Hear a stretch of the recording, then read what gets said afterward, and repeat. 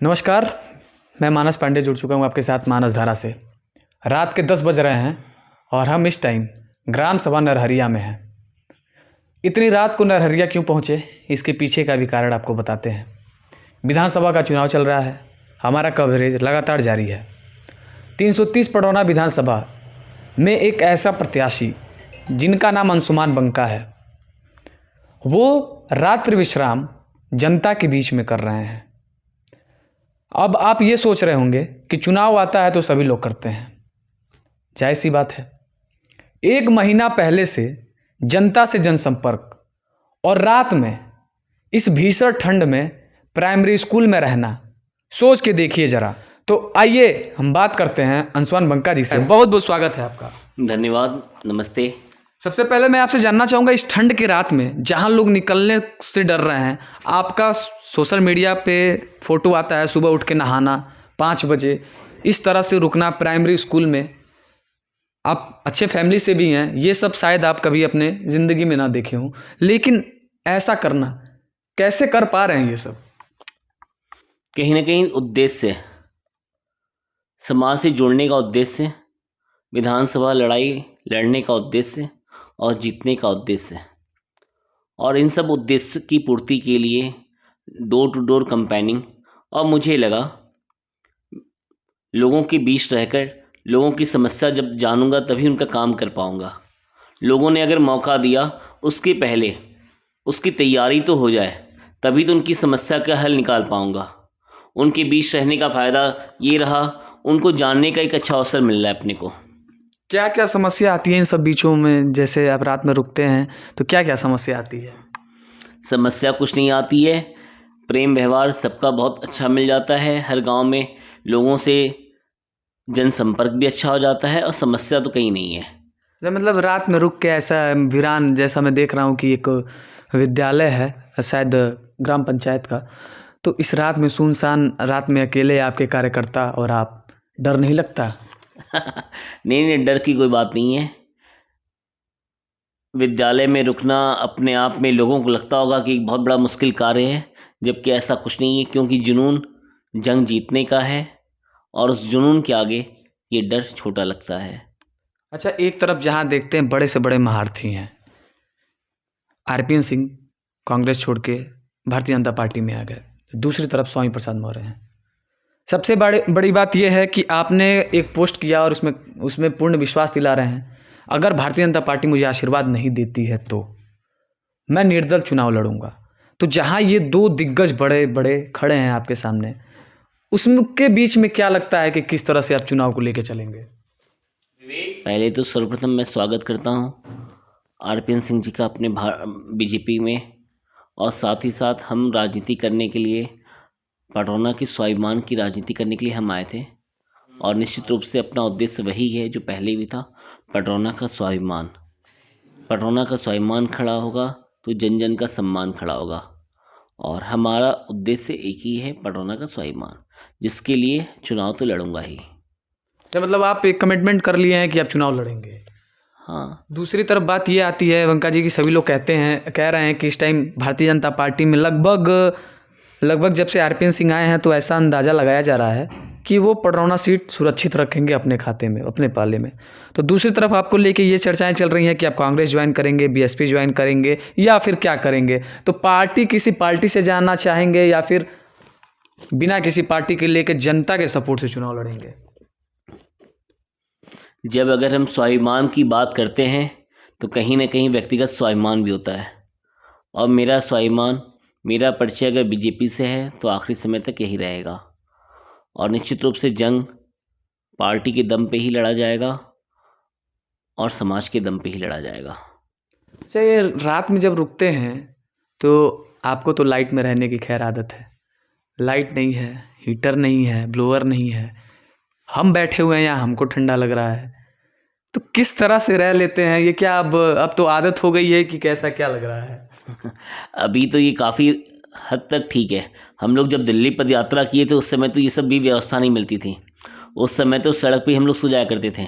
और खैर, ठंड तो मानता हूँ बहुत है, लेकिन लोगों का स्नेह पता नहीं एक गर्माहट पैदा करता है और एक जुनून पैदा करता है। और अच्छा लगता है। इस ठंड में लोगों के बीच में रहना एक अच्छा लगता है। भी चली गई, थोड़ा फ्लैश जलाइए। तो ये लाइट भी चला जा रहा है, किस तरह से आप रह रहे हैं इस परिवेश में जहाँ लाइट चला जा रहा है, अंधेरे में रह रहे ये हैं? जा देना भाई, हाँ? वो इमरजेंसी लाइट उठाओ।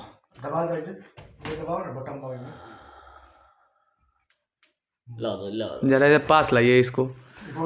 तो ये इस लाइट लाइए, थोड़ा हाथ में लाइए। इस लाइट के भरोसे किस तरह से होता है, ये लाइट चला गया कैसे क्या होना है? हाँ? जैसे हमारे लोग जिस तरीके से रह रहे हैं उसी तरीके से हम भी जीना चाह रहे अच्छा, हैं। उस परिवेश को अपने अंदर ढालना चाहते हैं कि जिस तरह से गांव के लोग रहते लोगों हैं। की समस्याओं को जानने का एक अच्छा माध्यम है ये। लोगों के साथ रहना, जिस तरीके से वो जी रहे हैं, चाहे वो जैसे सड़कें हैं टूटी फूटी हैं, कीचड़ में हैं, और जो उनकी समस्या है उस परिवेश में मैं भी ढलना चाहता हूँ। जब उनकी समस्या जानूंगा तभी तो उसका निस्तारण करूँगा। मैं भी ऐसा विधायक नहीं बनना चाहता कि मैं उनके दिल से उतर जाऊँ।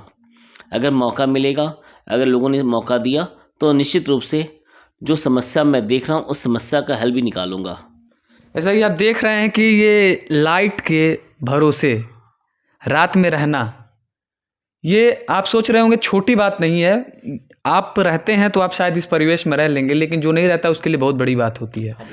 सुबह का क्या दिनचर्या रहता है? सुबह से लेकर शाम तक का आपका क्या दिनचर्या होता है? सुबह 4 से 5 तक मैं उठ जाता हूँ और शौच स्नान से 6 सवा 6 तक खाली हो जाता हूँ। सुबह 6 बजे के आसपास स्नान कर लेता हूँ और 6:30 तक मैं फील्ड पे निकल जाता हूँ और 6 से 7 घंटा सुबह चलता हूँ और फिर दोपहर 1 बजे भोजन करने आता हूँ जहाँ रुकता हूँ।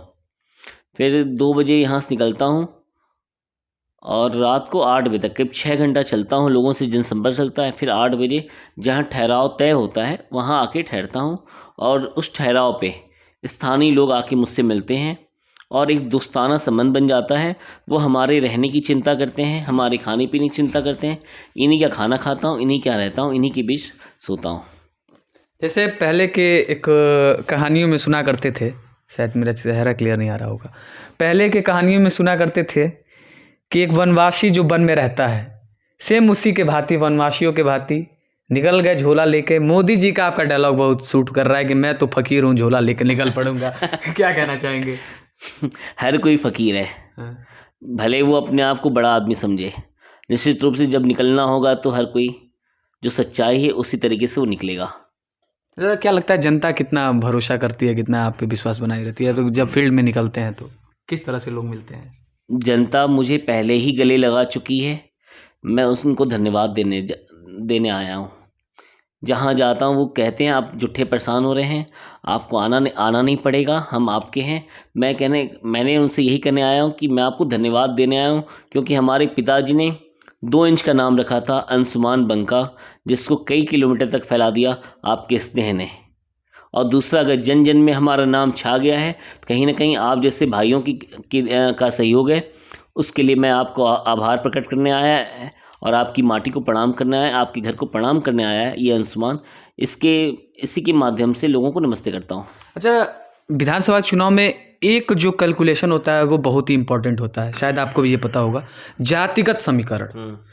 जैसे मौर्य जी अभी जब इस्तीफा दिए तो अगला पिछड़ा का बात कर रहे थे, तो जातिगत समीकरण से लोग उठ के चुनाव के टाइम जातिगत समीकरण देखेंगे, या फिर ये देखेंगे कि कोई अंशुमान बंका था जो हमारे बीच में आया, या फिर ये देखेंगे कि हमारे विकास पे वोट करना चाहिए? किस तरह से लोग वोटिंग करेंगे, क्या लगता है?